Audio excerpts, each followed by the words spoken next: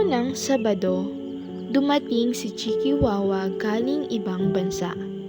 Napadaan siya sa isang parke. May nakita siyang mga batang naglalaro na tila ba siya ay naliligaw.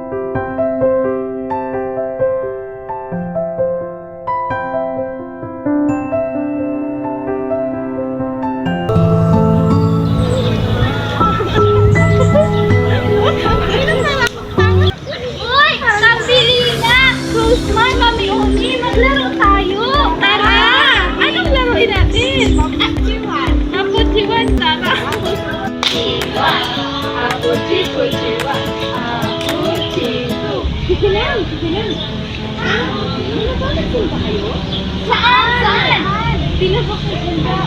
May puti at may kinis ng bata na ito. Halika na kita natin. Magandang umaga, Binibini. Ano nga sa'yo? Ang ngayon, Chikiwawa. Ano? Chikiwawa? Hindi maintindihan. Sige mo, kilala mo na. Ako si Rosmar. Ako si Tambalina. Ako si Mami Oli. Ako naman si Hindi. May sanay ako. Ano nyo? Di bali na, tara. Sama ka sa amin. Maglaro tayo.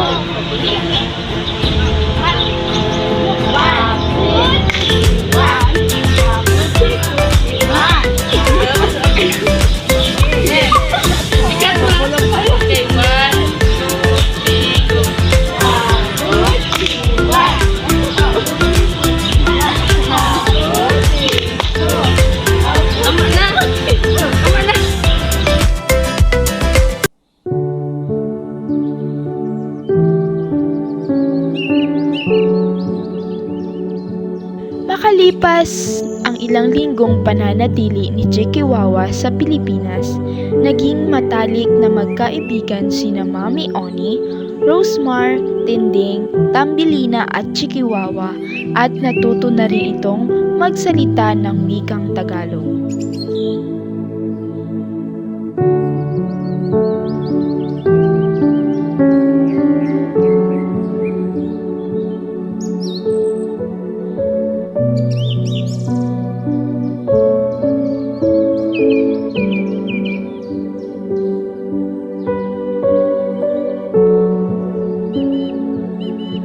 Maligo tayo bukas sa ilog? Oo, gusto ko yan! Sama ka? Saan tayo punta? Ilog! Ligo!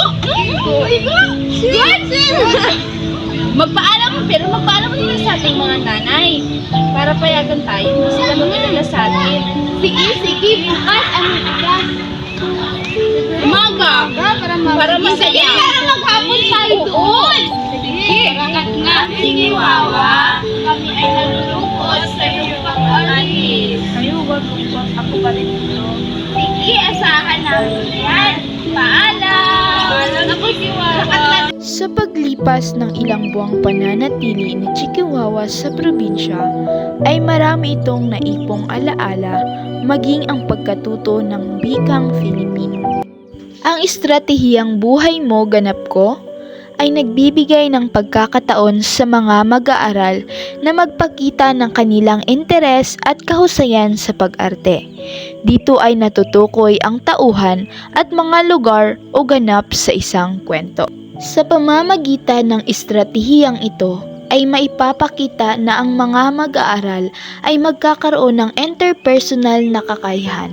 Sa pagsasadula ay malilinang ang kakayahan ng mga mag-aaral hindi lamang sa pagpapalakas ng kumpiyansa sa sarili kundi pati na rin sa pag-unawa sa kalagayan ng tauhan. Ayon naman sa pag-aaral ni David Dizar et al. 2003, ang layon ng estratehiyang ito ay isadula ang pangunahing tauhan sa kwento at bigyang buhay ang kanilang salita gawi at kilos sa paraang maipakita ang otentikong pangyayari sa buhay ng tao.